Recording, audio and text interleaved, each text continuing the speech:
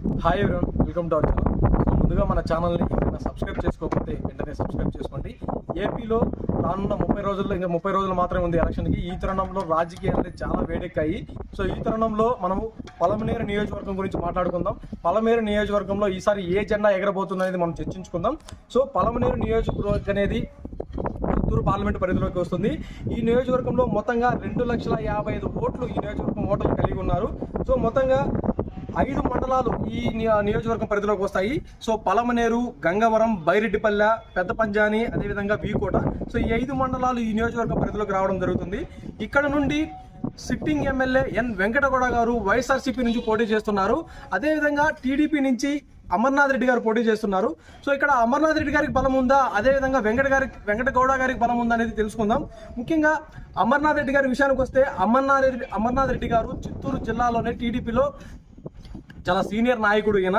So ఈయనకు 2009లోను అదేవిధంగా 2014లోను ఇక్కడ ఈయన టీడీపీ ఇక్కడ విన్ అవడం జరిగింది. 2009లో తెలుగుదేశం పార్టీ తరఫున గెలిచారు. అదేవిధంగా 2014లో వైఎస్ఆర్సీపీ నుంచి గెలిచి తర్వాత టీడీపీలో చేరి అక్కడి నుంచి మంత్రి పదవి చేపట్టారు. అదేవిధంగా 2019లో ఈయన ఇక్కడ ఓడిపోవడం జరిగింది.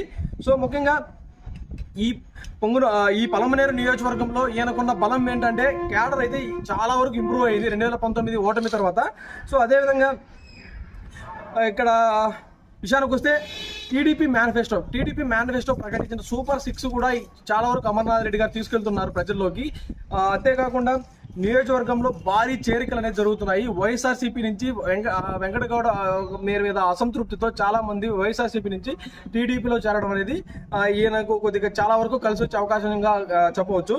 సో అంతేకాకుండా చంద్రబాబు నాయుడు గారు రీసెంట్గా పలమనేరు నియోజకవర్గంలో ప్రజాగలం సభ అయితే పెట్టడం జరిగింది. ఈ సభకు అనుకున్న దానికంటే జనం చాలా ఎక్కువగా వచ్చారని చాలా న్యూస్ ఛానల్స్లోనూ అదేవిధంగా చాలా రాజకీయ వర్గాలు కూడా చర్చలు జరిగాయి.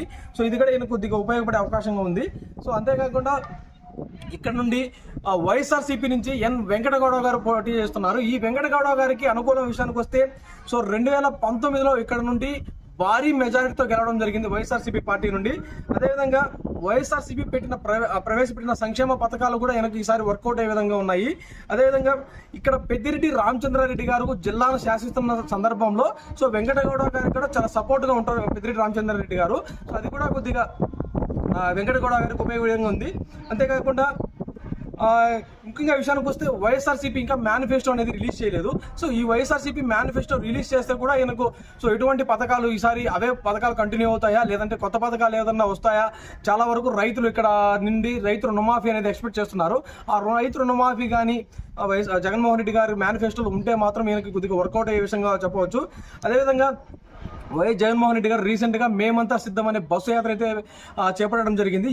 ఈ పలమనేరు నియోజకవర్గంలో ఈ ఇంపాక్ట్ కూడా చాలా వరకు, ఎందుకంటే జనాలు చంద్రబాబు నాయుడు సభ గారికి ఎలా వచ్చారో అదేవిధంగా జగన్మోహన్ రెడ్డి గారి సభకు కూడా అలాగే రావడం కూడా చర్చనీయాంశంగా ఉంది. ఇక్కడ పోటీ అయ్యే తీవ్రత అనేది ఎలా ఉంటుందనేది చాలా రాజకీయ విషయాలు చర్చించుకుంటున్నారు.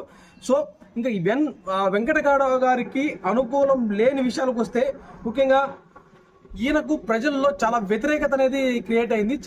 అంటే ఉన్న పార్టీ వైఎస్ఆర్సీపీలో ఉన్న కార్యకర్తలు కానీ నాయకులతో ఈయన కొద్దిగా సన్నిహిత్యం కోల్పోయారని ఇక్కడ ప్రజలు అనుకుంటున్నారు. ఆ సందర్భంగానే చాలా వరకు టీడీపీలో సీనియర్ నాయకుడు ఏంటి అమర్నాథ్ రెడ్డి గారు వీళ్ళను కొద్దిగా ప్రోద్బలం చేసి అక్కడి నుంచి భారీ చేరికలు అనేది టీడీపీలోకి జరగడం కూడా వెంకటగౌడ గారికి కొద్దిగా మైనస్గా చెప్పవచ్చు. అంతేకాకుండా ఈయన అందుబాటులో లేకపోవడం కూడా ఈయనకు పెద్ద మైనస్గా చెప్పవచ్చు. సో ఇంకో భారీ ఒక రకమైన విషయం చెప్పాలి అంటే చిత్తూరు జడ్పీ చైర్మన్గా ఉన్నటువంటి శ్రీనివాసులు గారికి, ఈయన అలియాస్ వాసు అంటారు ఈయనకు వెంకటగౌడ గారికి మధ్య చాలా వరకు విభేదాలు ఉన్నాయి. ఈ విభేదాలు కూడా పలమనేరు నియోజకవర్గంలో 2 వర్గాలుగా విడిపోవడం కూడా వెంకటగౌడ గారికి చాలా వరకు ఈసారి వ్యతిరేకత ఉంది. ఇంకో విషయం చెప్పాలంటే వెంకటగౌడ గారికి ఈసారి పలమనేరులో సీటు వస్తుందా రాదా అనే ఒక సంకోచంలో ఉన్నారు. అటువంటి సందర్భంలో ఫైనల్గా అయితే సీటు సంపాదించాడు. సో గెలుపు అనేది ఈసారి ఈయనకు కొద్దిగా అవకాశాలు చాలా తక్కువగా ఉంది. అంతేకాకుండా సరే ఇంకా అమర్నాథ్ రెడ్డి గారికి అనుకూలం లేని విషయాలకు వస్తే అమర్నాథ్ రెడ్డి గారు పార్టీలు మారారు. 2009లో ఇక్కడ టీడీపీ నుంచి గెలిచారు, 2014లో వైసీపీలో చేరారు, వైసీపీ నుండి గెలిచారు, మళ్ళీ వైసీపీలో గెలిచి మళ్ళీ టీడీపీలో చేరారు. సో మళ్ళీ 2019 ఇక్కడ నుంచి టీడీపీ పోటీ చేయడం జరిగింది. సో ఇటువంటి పార్టీలు మారడం కూడా కొంతమంది ప్రజలు అయితే అసంతృప్తి వ్యక్తం చేస్తున్నారు. సో ఈరోజు ఈయన ఎక్కడ ఏ పార్టీలో ఉంటాడో తెలియడం లేదని. అంతేకాకుండా 2014లో చంద్రబాబు నాయుడు గారు చేపట్టిన ప్రకటించినటువంటి కొన్ని స్కీమ్స్ని అమలు చేయకపోవడం కూడా ఈయనకు మళ్ళీ ఇప్పుడు ఈ సూపర్ 6 కూడా అమలు చేస్తాడో లేదనే ఒక అపోహలో ఉన్నారు జనాలు. సో దానిని ఎంతవరకు తీసుకెళ్తారో చూడాలి.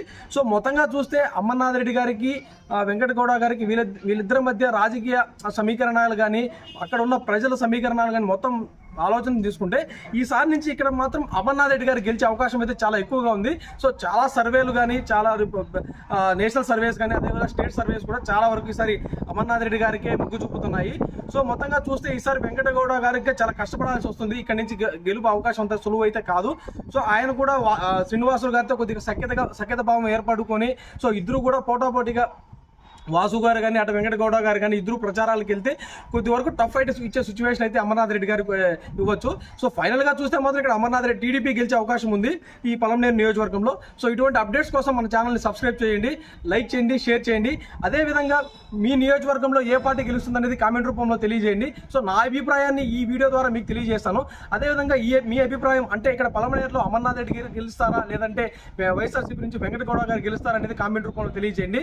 సో అదేవిధంగా మీ నియోజకవర్గంలో ఏ ఎమ్మెల్యే అయితే నిలబడుతున్నాడో అతని పేరు కామెంట్ చేయండి. మేము ఖచ్చితంగా దానికి సంబంధించిన వీడియో అయితే చేస్తాను.